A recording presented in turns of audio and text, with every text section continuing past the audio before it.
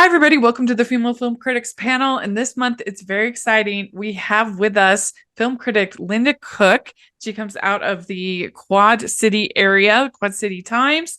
And thank you so much, Linda, for coming on the podcast. Oh, thank you. Actually, I was with the Quad City Times. Now I'm with WHBF, Oh, which is the great. CBS affiliate, Channel 4 in our area. But I was with the newspaper for many years, and then I Yeah. made the switch to part of the digital team, which is the way Nice. everything is going. And thank you so much for having me on. I'm so excited to meet you. Yeah, this is so great. I mean, you have been writing reviews or giving reviews since 1987. That's unbelievable. Before everyone else was born. Wow. I was telling Rachel earlier, we spoke briefly.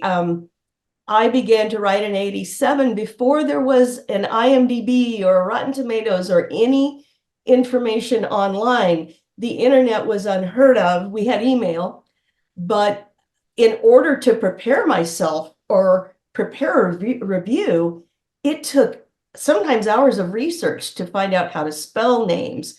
Who is this actor? It was a lot more laborious than it is now.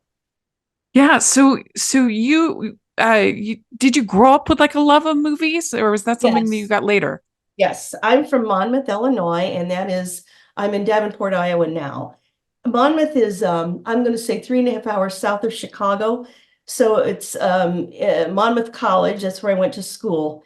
And we had a little theater back when there were single theaters before the multiplexes started. Yeah. And I remember vividly my first movie. I'm not going to tell you what it was because it will date me even more than my gray hair.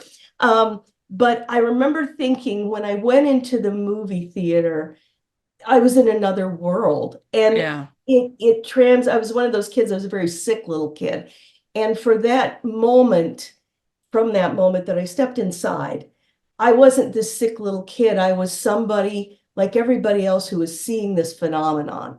So my parents took me to as many movies as they could. And then when I got older, I would always say to my, friends, let's go to see this movie. And I remember seeing A Christmas Story the day it opened, and there was hardly anyone there because it Mm, hadn't become this TV phenomenon, right? right, right. It is now. But I think I went back and saw that twice. I remember seeing Star Wars 3 times because Uh-huh. that took me way beyond my world into another universe. Yeah. Wow. That's really, really cool.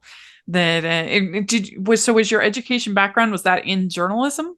Yes, Okay. I'm an English major, and that was the closest they had to journalism at that time. So at the time I went to Monmouth College, you earned, I should say, 2 bachelor's degrees, and the other is in education. So I have a bachelor's in education, a bachelor's in English. When I worked for a while at St. Ambrose University, which is about 2 blocks from where I'm sitting, another small private college. Because I worked there, I was able to get a master's degree for free. And people thought it Oh, was crazy not pursuing an MBA. I earned my master in criminal justice. And so okay. I taught criminal justice. And for many years after I earned the degree. And because of that, I think I have a different insight on crime movies and thrillers maybe than Mm, other people do. that would make sense. Mhm. Yeah. Yeah. Well, and if you have an education background, that probably influences uh you in watching movies about teachers too, if you Oh, have experience with that. and I cry. I always try. Yeah. Wow.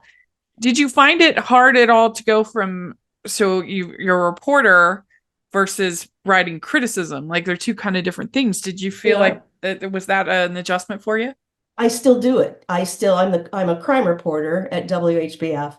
And so I spend a lot of time in sentencings and in hearings at the courthouse. Uh-huh. I've covered many murder trials in the last few years. So no, I think your brain just makes the switch. I think, Mm, but it is a different kind of writing, and it's become second nature to me not to include what I think of the case. You can't do that. That is a disservice to your readers and a disservice right. to yourself. But on the other hand, I do understand maybe a little bit more about how the process works and why it takes so long. Mm, yeah. So how do you feel like film criticism has evolved as a Oh, over the years? wow, that's a great question. Because of the internet, because of this device that we're using right now, everyone, it's like baseball. Everybody says, I could do that if they just give me a chance.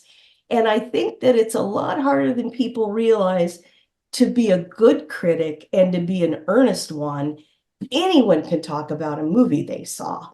Regularly, I give little, I would say, lectures or talks to grade school students, and which I just love. They're so excited about movies and, all let me think, the new Disney movies, Moana's coming out, Moana 2, Right, right. talk about that. So, but then I'll say, why do you like it? And they just look at me and here are 25 blank faces, going, well, it was good. I'll say, but why do you think it was good? Yeah, And I think it's so much easier to teach children facts than the abstract process of reasoning why. Why was this good? Why was this bad? Why would other kids like it? Why would grown-ups like it? And so that's really fun for me. yeah, I think it's hard. I've noticed this for up and coming or so-called reviewers, because some of them are just people who happen to have a YouTube channel and don't really become critics. They don't say why. They'll say this thing happened and it was stupid because, but they don't see the bigger picture of where this movie belongs, not only in the history of films, but in 2025. Why yeah, is this movie being made today? Is there an undercurrent there? Is there an yeah. underlying message? Yeah, I think that's really something that is key is that if you don't have that perspective of the overall picture of the movie scene, I think yeah, it's just hard to give like a nuanced, interesting critique. Like nobody can see everything. Everybody misses some movies, but like an overall being like I talk to people who, see 3 or 4 movies a year and they're like, they're fine. And they don't have that sort of like nuanced response usually because they don't have enough to sort of compare and contrast and to talk about. Exactly. You And that's what have the to, critic can provide. exactly. And you have to have that background, or you're not able to see an animated movie and say, oh, this is really Seven Brides for Seven Brothers, or Yeah, this is really Romeo and Juliet. This is a different spin on an old theme that Shakespeare used, and right. maybe someone before him. So I like, people say, well, gosh, you've done this a long time, and how old are you? Well, that's beside the point. I do have a body of work I've seen. So I can, I remember vividly in the last year, I saw an animated movie, and in one of the characters was named Jimbo. And at one point, one of the other characters says, Yo, Jimbo. Well, I knew where that came from. That's from an old classic Asian film. But I wouldn't have gotten the joke had I, Mm, or the intelligence and wit of the scene if I hadn't known what that right. was. Yeah. It's true. I definitely feel that. And it's trying to actually like give criticism and actual critique in the world where it's so often happy with influencers and with people that are at best entertainment journalists. Like you're not actually providing critique, you're interviewing and I do tons of interviews, but you're interviewing the talent, you're covering the red carpet, all fine, all things I've done. But like when you when you put yourself out there as being a critic, then then it's just a different. There's so many people that I just want to say, why don't you just be an entertainment journalist? Like, why are you trying to be this over here too? I don't know. Well, it's a claim, but it's not necessarily true. They Yeah, aren't necessarily critics. Yes, you no, can write about a star in the movie or you can write about a piece of the movie, but you can't really criticize it because you don't see that many. Like you say, people see three yeah, or four movies a year. That doesn't make you a movie critic. yeah. I agree. Are you a fan of Rachel's reviews? Do you look forward to Family Movie Night, Female Film Critics panels, or the Talking Disney podcast? If so, please consider supporting the podcast by becoming a patron. As a patron, you get to access monthly events such as the watch-alongs and Q&As, where you get to talk to stars and find out the behind the scenes of the movie making industry. And you can pick what I review for Family Movie Night or even become a guest on the podcast. Podcasts and YouTube channels are expensive, and I really, really could use your help. I would so appreciate it. You also get to be a member of the Facebook group where we talk about all the films that we're seeing, and we have so much fun. Go to patreon.com/hallmarkies and select one of the Rachel's fan tiers. That's patreon.com/hallmarkies. Well, let's talk about 2024 in the year of movies. I was looking over your Rotten Tomatoes. You're pretty positive. Like, I feel like it's been a really rough year, especially for mainstream films. I've been a grumpy pants for a lot of movies. But I don't know, like, how do you feel? Like, do you feel like it's been a good year for cinema? Where do you stand? I'm starting to, because I'm starting to see the movies that are coming out now.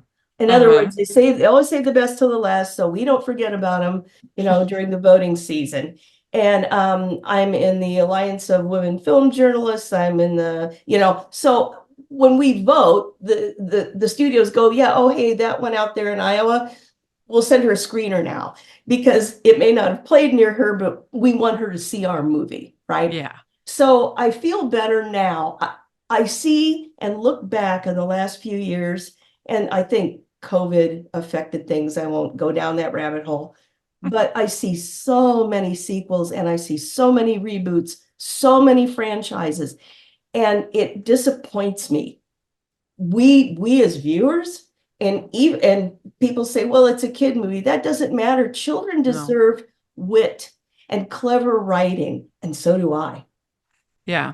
If anything, I think animation is in a very strong place right now. Not that all animation is for kids, but family films, animation are really pushing themselves. And it's interesting that something like Disney is falling behind, and they're not meeting the challenge. The gauntlet has been raised by things like Spider-Verse and Puss in Boots: The Last Wish. These films that are bold, Wild Robot, bold, ambitious, beautiful, and they're just not putting out that kind of thing, and they're gonna get left behind. They need to regroup, in my opinion. That I totally agree. And Wild Robot, I am so glad you brought that up, because it blew me away. Yeah, I did not expect the depth of the story in that. I didn't expect to see the animation. Yeah. And I also didn't, there's one theme there I don't know that I've ever seen in a children's movie before, and it's a theme of death. And the idea, of course, is that this robot is surrounded by animals in a forest type setting. Some of the animals eat each other. They don't all make it. And that's something, at least I think in American films, we don't generally talk about with our children, at least not in this medium. I also just thought it was so moving to see the journey of motherhood for this robot. As somebody who's like, I'm not the most maternal person, like those instincts aren't like natural, obvious for me, that to see this journey of this robot go to really become changed through the experience of nurturing another being was just beautiful and very moving, and something I felt like I could connect with, and so yeah, it's my favorite movie of the whole year is the Wild Robot. I thought it was absolutely beautiful, and I also, I mean, I liked Wicked, I liked Gladiator 2.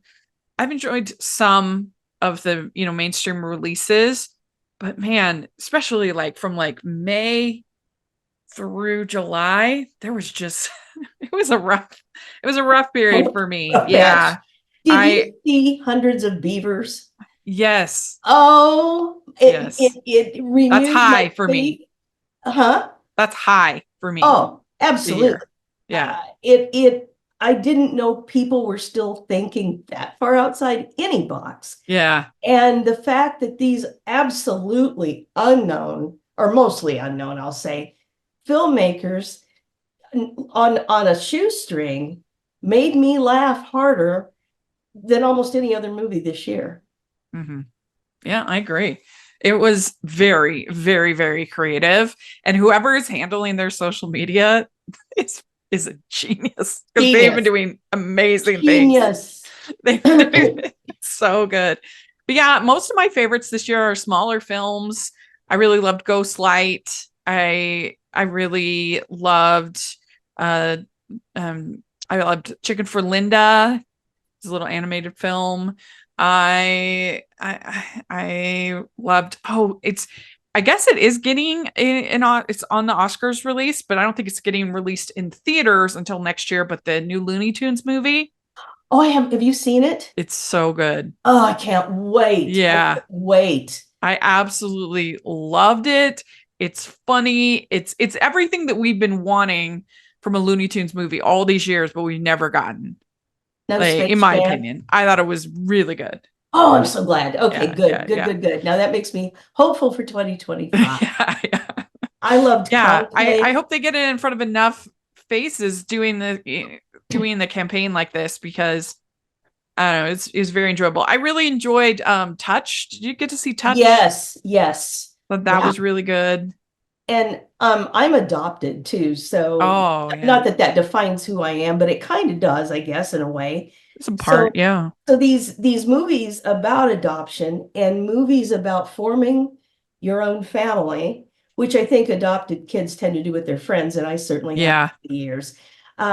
That's what I loved about The Wild Robot, because here are very different kinds of creatures who respect each other's differences and discover who they are while they're discovering the others, the importance of the others around them. And I Yeah, just, yeah. I cried at that one. That one got me. It was good. I really liked Ghost Light. Have you seen that? Yeah, No, I Ghost haven't Light. seen that one Yeah, yet. that one I'd recommend. Okay. I really liked a little I'm gonna movie. write it down. I know. I have a screener for it. I haven't seen it yet. I really liked a little movie that just went straight to streaming, unfortunately, called Musica. I really liked that. Okay. And then I really liked A Real Pain. I loved it. I Yeah. saw it last week and I went nuts over it. Yeah, it was Here's really Jesse good. Eisenberg and all of his quivering anxiousness. He wrote it, he directed it, he Yeah. starred in it. 90 minutes of absolute profound joy Yeah. over mourning, over grief. Again, Yeah. two of my favorite movies involve grief this year.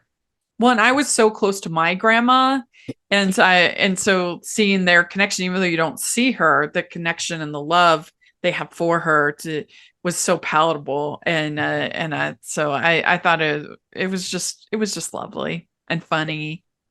Yeah. And sweet. And I know those characters. I've known young men like that, and young women like that too, for that matter. Yeah. Yeah, I can't recommend that one highly enough.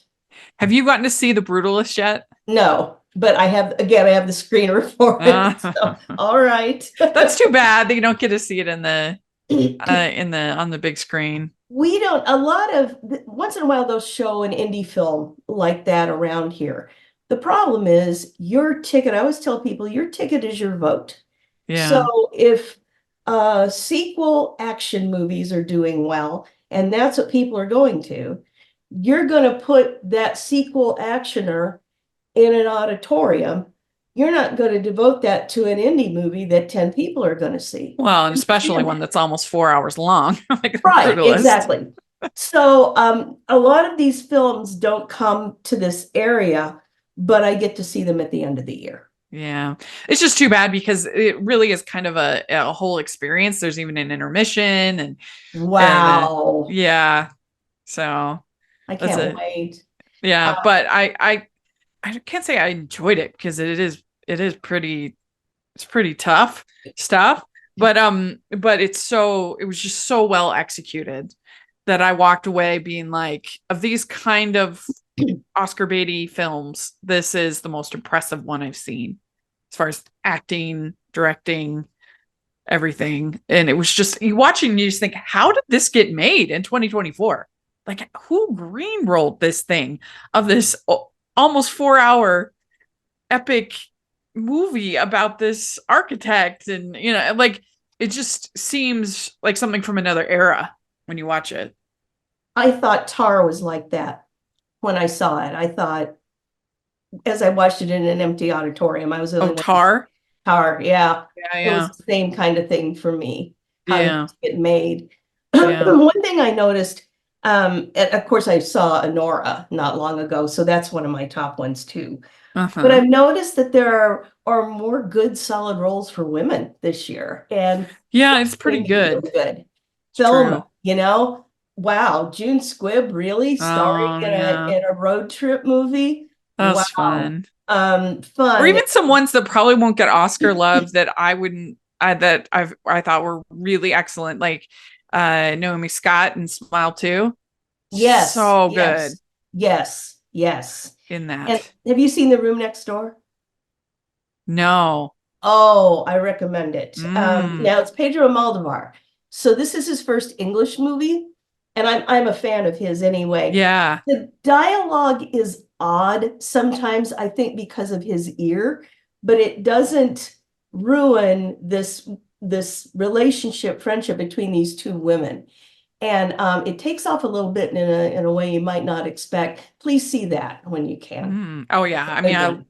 I love Almodovar too, as Oh well. yeah. All So About My Mother is one of my favorite movies. It left me my jaw mhm. dropped. Yeah. Yeah, that's a good one. That's a good one.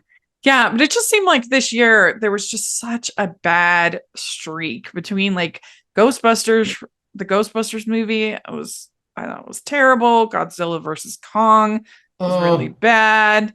I didn't like the Apes movie. I was disappointed in Furiosa. Argyle was Oh, terrible. Argyle was Was terrible. What? terrible. Madam Web. Oh, but Matt, let me say this.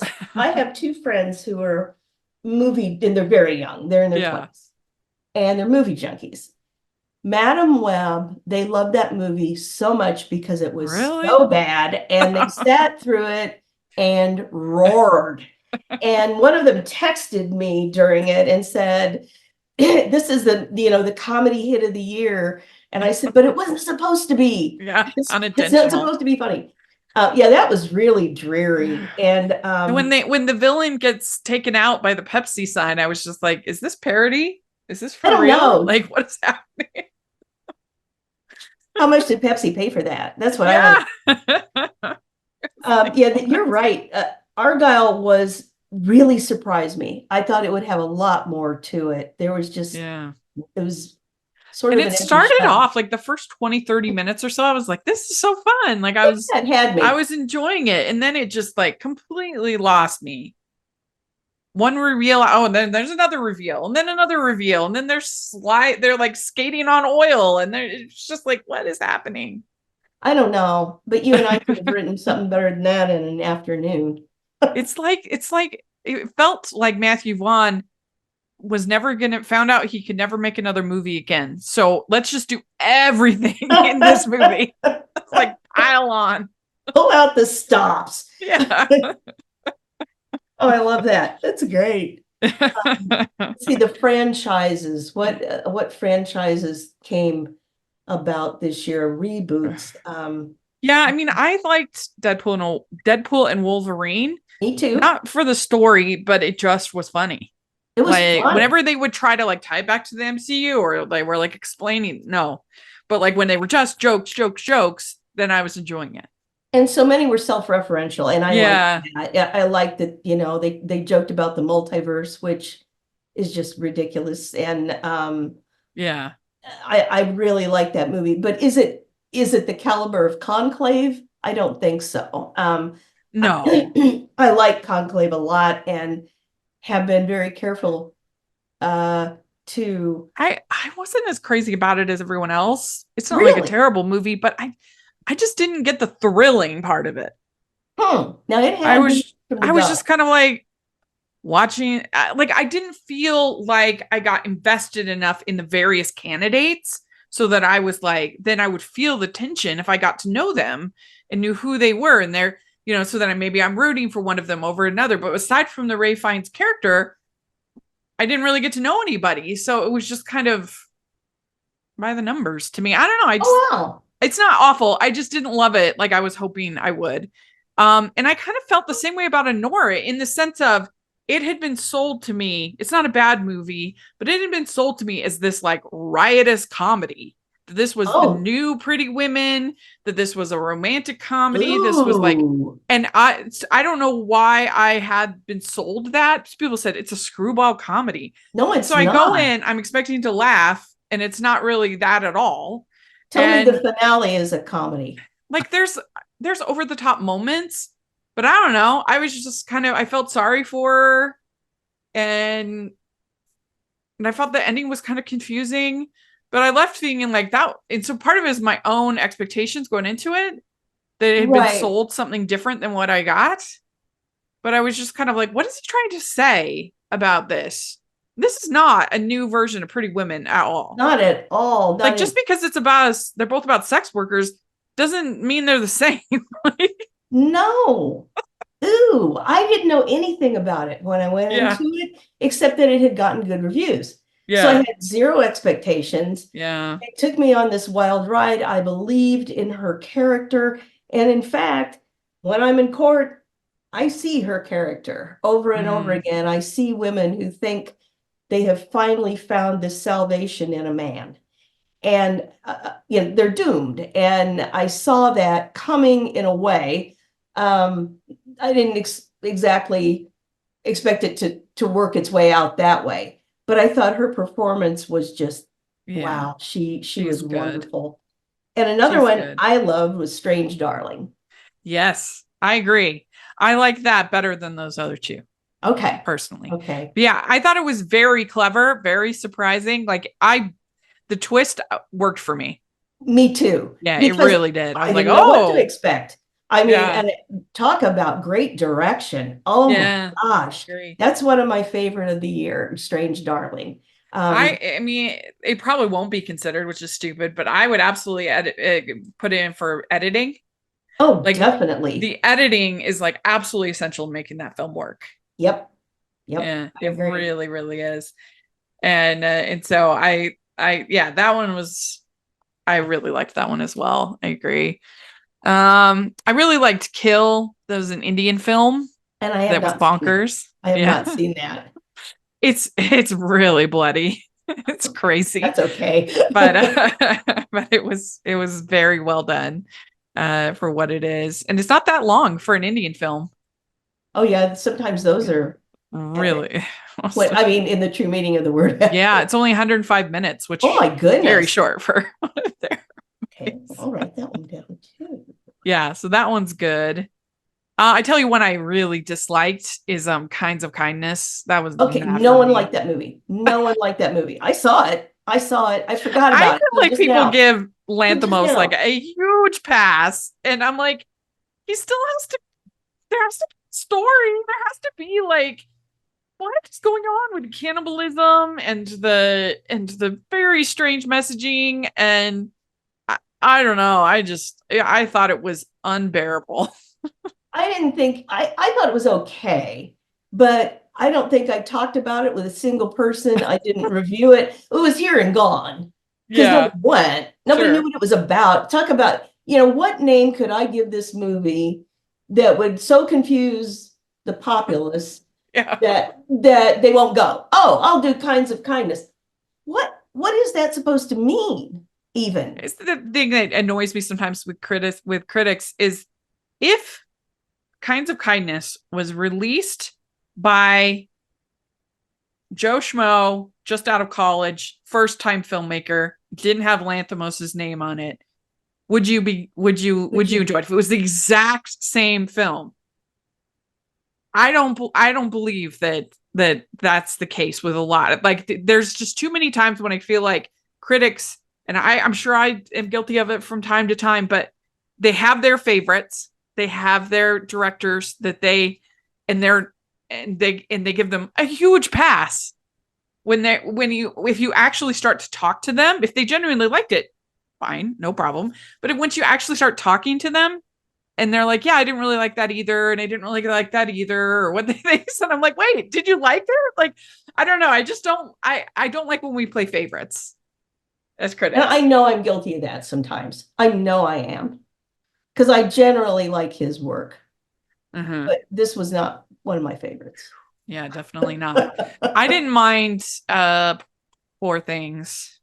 Oh, I love Poor Things. Yeah. I love Poor Things. It was I wish that the Paris section had been cut way down. To me, that was a little bit much. But I overall it was interesting. I liked it, and I liked the favorite. Oh yes. But some of his others, Killing of a Sacred Deer. I haven't seen that one actually. Oh, I don't know if you'll like it or not, but it's out there. Yeah. I think as critics, we should, like, nobody is truly objective. Everybody has their biases from their life experience and their thing. Everybody is, but I think we should try at least to not have favorites, and at least try to be as fair as I possibly can. Even if people think I'm a big grump. That's okay. What are you gonna do? At least they know I'm being real. I usually see movies that usually I'll find something in them that's entertaining. Now, Red One, have you seen Red One yet? Yes. I'm sorry. It was terrible. You'll never get that time back. And neither one of us will ever get that time back. And I went in, I love J.K. Simmons. Incidentally, I grew up in Monmouth, Illinois. He grew up in an even smaller town near Monmouth. So he goes back to his class reunions in Roseville, Illinois. It's amazing. Aww. He's a Midwest guy. I love him too. I'm a huge Juno fan. Oh, that's one of my all-time faves. I call that a God movie, sent by heaven. Yes. I like to think that in my head, Allison Janney and J.K. Simmons won their Oscars for Juno. Yes, in my head. My canon. Yeah, I love him too. He's barely in Red One. Barely. I mean, and what? It was terrible. And I thought the CGI was the look of it was miserable, and I thought the creatures were icky and creepy, and it wanted to be R-rated so badly. It was PG-13. I hate that. True. Make an R-rated movie if you want to, that's fine. But don't, dropping an S-bomb every few minutes doesn't, I said the S word 15 times. That doesn't make me entertained, and it doesn't make the movie better. No, I'm normally not a real visual person. Like if something looks amazing, I usually that's not enough to win me over. And I'm also usually not super nitpicky when it comes to the visual effects. And it's just not my priority when I'm watching something. I'm more story, characters, plot, things like that. But the problem with Red One is that the visuals were so bad, and so much of the movie was about the visuals, about the action. Right. So if the action looks terrible, then you're just kind of sitting there bored because you can't get immersed in it, because so all this time spent on bad visuals, that's where the problem, came in. Especially when you have such a huge budget, there's no excuse. No, you can hire writers too. Yeah, right. As well as CGI techs. And animators, you can do that. I thought it would be at least okay, but I didn't give a positive rating. And there were a lot of people that were in the theater with me when I saw that, and I thought, really, this is the big hit? It really disappointed me. Yeah, it was very bad. It was very, very bad. And then people complain about the lighting. I've heard lots of complaints about the direction and lighting of Wicked. I'm like, I didn't care about that at all. I thought that it was very entertaining, and because I was compelled by the characters and the story and this music and the songs and I don't know. To me, it's insane. If people don't like it, that's fine. But if people genuinely liked all of those things that I just mentioned, and the the like something technical is turning them off. Like that's just a like fundamental way of absorbing film that I don't understand. Like I don't know, to me that's very weird to be like, well, I really really liked the movie except for the cinematography wasn't to my taste. What does that mean? Like I don't know. I don't get that. I knew a guy You know who what I talked mean? about, you still got the frame ratio. I didn't like the way it was sat on screen. I thought, what? Stay home. Yeah, I just feel You like know, people are making a mountain out of a molehill. It's very weird to me. I agree. I think that's very strange. I went in, I have to tell you this though. I saved Wicked for Sunday night so that I wouldn't go in with it very late, so that I wouldn't go in with a crowd. And I didn't, Uh-huh. because everybody else had seen it before. And I thought, all right, let's see how the hype holds up. And 15 minutes later, I thought, now I see what the hype is about, Yeah. because I loved it so very much. It was And really fun. I know, and I am happily anticipating the second part of it. And now I Yeah. see why they split it in two. I do. Yeah. I Yeah. do. Well, if the folks at one of the studios, Disney, DreamWorks, whatever, if they were going to come, Universal, they were going to come and ask you for advice, what would be your big advice that you would give them going forward that you see? Write memorable characters. Mm, People I like, creatures I love. They don't have to be human. yeah. They don't have to be human. You can have a movie like The Bad Guys, which is a recent animated film that I really liked. Make the characters likable. They don't have to be superheroes either. Yeah. Make them relatable. Yeah. And make them people I can relate to, and you'll have a hit on your hands, just like Wild Robot, a fox and a gosling and a robot. I could relate Yeah. to all three of them, but they're not human. Right. It might be the Yeah. most human movie of all of this year, though. Yeah. It's true. I agree. That's very good advice. I'm a documentary junkie, and Yeah. so I wanted to just mention one of my other favorite movies that's not going to be in the same perhaps categories as the others. Superman Yeah. is a fabulous, fabulous It's up documentary. there for me as well. Of the Thank year. you. I'm Yeah. so glad you saw it. It brought tears to my eyes, and I thought, oh, I know about Christopher Reeve, and I'm sure this will be okay. It's more than okay. It's so well done. Yeah. And it's all about the journey of a family, really. Right. And more than it is particularly even about him and about that how their whole family changed and grew over the years, which I thought was very moving. Yeah, I agree. And the documentary branch of the Academy is so disappointing. Like every year they all they want is like talking heads, issue oriented, documentaries, nothing that like takes any risk or is interesting or that people actually watch or that actually like. And so I like in any sensible world, Will and Harper and the Superman documentary would both be nominated for best documentary. I would be shocked. Maybe we'll get one of them. Maybe. But the branch is just so ludicrous and ridiculous. And so they'll be happy with some talking heads documentary about Palestine or something. Not that can't be valuable, but just that's not like taking a risk or trying something interesting is very frustrating to me. There's a film that I think Disney bought. I don't think it's a Disney movie, called Billy and Molly, An Otter Love Story. And I haven't seen that. Oh, please, I beg you, if you have Disney Plus, please see this movie. I have championed this movie ever since the day I saw it. It's very simple. It takes place in Scotland, where a man, an older man, finds a hurt and injured otter. And he and his wife, mostly him though, take this otter and it becomes sort of their child. It's about how, though, there have to be boundaries between us and the wild world, and how he changes the otter's life and it changes his, is beautiful to see. The score is beautiful. The narration is gorgeous. It is a perfect film. And You could watch it with your children. You What's really it called? could. Billy and Molly, an otter love Molly. story, and it is fantastic. Again, Huh. people turn Cool. up their noses at documentaries. I think Yeah. documentaries are Oh, my there's some really lost good cause ones. love.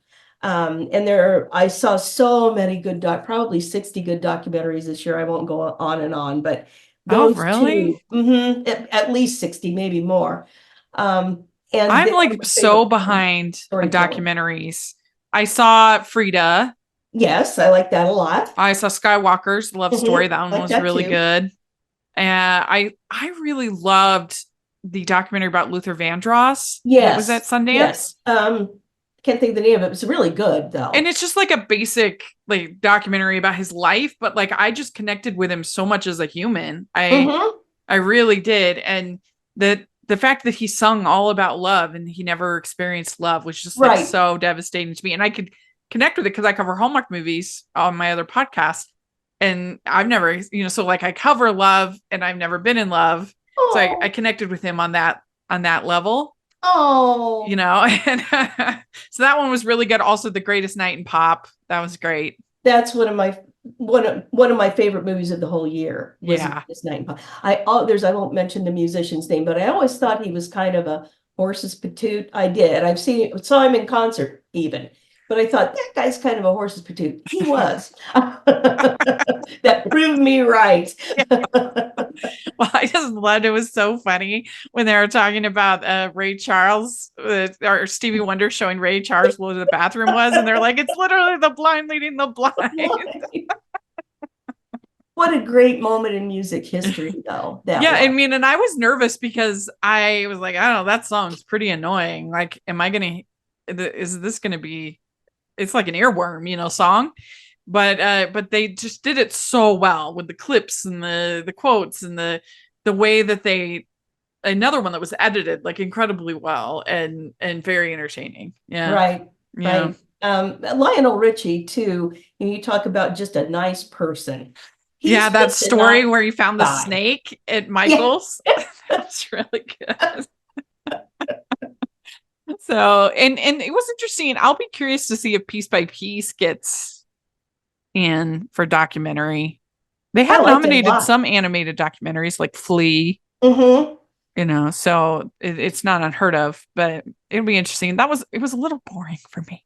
Like I like the animation was really cool, but the actual interviewing was kind of dry, I thought. But Oh, okay. Well, this is yeah. funny. I sent a friend of mine, I think he's 29, and a coworker, and I sent him to this, and he texted me and said, "Oh, thank you for sending me this. I never heard of this movie. This meant so much to me. This was the music I grew up." He just thought Oh. every piece of it was perfect. No pun intended. Mm. Well, see, I think So, that because it gets really into like the nuts and bolts of like recording an album and how you promote it. And so I think mhm, if you are like really invested in Pharrell's music and the nuts and bolts of being a recording artist is interesting to you, then I think you'd be more interested, but it's just not, I guess it's not my favorite. So I did recommend it because just the whole approach to it was so fresh and it was interesting, interesting technique that they did. But and like you anyway, said, it wasn't talking heads, but it still told the story. it is kind of talking heads, but But it's talking Lego heads. yeah, Lego heads. Yeah. So, but yeah, so it'll be interesting to see what the Academy does. Just in general, I'm very curious of what's going to happen this year as far as the Oscars. I feel like there's not like the clear front runner like there usually is. Like last year with Barbenheimer, that was like such a clear. Those were the clear front runners for nominations. But I feel like there's a number of ones that have some momentum behind them. Yeah, I haven't really stopped and made a list yet. I usually do that around December 1st. And I know I'll see some movies, I have some time between now Yeah, and December 1st to see those movies. Is it Amelia Perez? I have not seen yeah, that yet, but that's right, that's my next one. So Mm, I'm hearing really, really, really good things about that. it's interesting. I'll be curious what you think. We'd like to take a second and thank our sponsor for this episode of the podcast. It's the Hallmarkies merch store. Are you looking for that perfect gift for the postable, hardy, or Hallmarky in your life? What about getting that t-shirt or hoodie that will help you stand out at your next holiday party? Now is the time to check out the Hallmarkies merch store. Full of festive designs by artists like Jessica Miller, Carrie from Hallmark Comics, and more. You can even have more than just shirts, but totes, cell phone cases, notebooks, mugs, and more. And it isn't just Hallmark. We have designs for Anna Green Gables, Man from Snowy River, The Nanny, and more. Every purchase at the merch store goes to help support the podcast and allows us to make the great content you know and love. There are frequent sales, so go to tpublic.com/stores/hallmarkies or see the link in the description. That's tpublic.com/stores/hallmarkies. Well, we like to end our interviews with some fun get to know you questions. It's the holidays, so you get the holiday edition of my questions. First question: what is your favorite holiday drink? Oh my goodness. But it's my year-round drink. It is black raspberry sparkling ice, and I drink it all the time. It is never, never unsuitable for any season. Yeah. I'm not much of an alcoholic drinker, so I would have to say a cosmopolitan when it comes to that, Okay. I guess. What's your favorite holiday cookie or treat? Oh, well, Peeps. They come in the shape of Christmas trees and they come in the shape of snowmen. And these are the much loathed candy, the marshmallows that most adults hate. But my palate never grew up. So send the Peeps my way. I'll take them off your hands. That's I good. love them. What's your favorite Christmas song or carol? Oh, Deste Fidelis is my favorite carol. That's a really good question. And then another one, there's one called the Coventry Carol that is really, Oh. really beautiful. Yeah. I like that too. What's your favorite classic Christmas movie? I was going to say Die Hard, but I won't. It's okay. It counts. It's old enough to be a classic, isn't The it? whole thing is set at a Christmas party. It's a Christmas movie. Yeah. Poor Bruce Willis. I would have to say it's a toss-up between the original Rudolph the Red-Nosed Reindeer and the original Grinch. How the Grinch Stole Nice. Christmas, yeah. Well, that leaves us in which do you like better, Scrooge or the Grinch? Ooh. Alistair Cook? Any Scrooge? Any just the- Scrooge or any yeah. Grinch? You know what? I think Jim Carrey got a bum rap for his I appearance as agree. Scrooge. As Yeah. the Grinch, I mean. I thought he was hilarious as the Grinch. You could and say I will stand by him. Jim Carrey, Scrooge, Jim Carrey, Grinch. Jim Carrey Grinch. Okay. Definitely. Those are great questions. I'm jealous. Okay, which do you like better, clear lights or colored? Colored. And to think Okay. about, Would you rather be in a snowball fight or build a snowman? build a snowman. Good. Because then I could have like Frozen playing the soundtrack playing in my, buds. Yeah. Would you consider yourself a good gift wrapper or not? No, but I did that for a time in college. Oh, you did? Yes, I did. And so I learned to do it well, but because it was work, it became kind of rote. It wasn't a big deal anymore. So I could do it if I wanted to, but I don't want to anymore. Last question. Do you have an ugly Christmas sweater? No, No. I don't wear Christmas sweaters. Uh-oh. I just Okay. they don't look all that good on TV anyway. Yeah. Well, very good. You did it. You answered all the questions. I tell you, you're as much fun as I thought you'd be. Thank you for the lifetime critiques. And thank you for having me on. This was so much fun. And keep doing what you do so well. And please don't be anything but grumpy. Please. I love the little snarks you give. Great. Well, thank you. Thanks, And it's been Rachel. so great to meet you. We'll definitely have you back and be curious to see what you think of sort of the end of the year movies and everything like that. Sure. And it was awesome to get to talk with you. And thanks again. I hope you have a very Merry Christmas. You too. Thanks a lot. I'd like to thank Linda for coming on the podcast. This was so much fun to get to talk with her. I hope you all enjoyed it. Let me know what you think of all the things we talked about in the comment section, and I'll put a link to all of her information and her site and reviews and everything in the description. So take a look at that. And if you are listening on iTunes, please leave your ratings and reviews. That really helps a lot. And you can find me at Rachel's Reviews all over social media, iTunes, YouTube, and on Rotten Tomatoes. So check that out. Also, make sure that if you are watching on YouTube, you give the video a thumbs up and you subscribe to the channel. Appreciate that so much. Also have the Patreon group, and that's the biggest way you can support what I'm doing, all my panels and podcasts and other things. If you enjoy them, we have lots of great perks for being a member, and I sure appreciate that support. And we have the merch store, and we really have some fun designs over there. Animation Junkie shirts. We got the Female Film Critics Panel shirt over there. And so take a look at that. And thanks so much to Linda, and we'll talk to y'all later. Bye.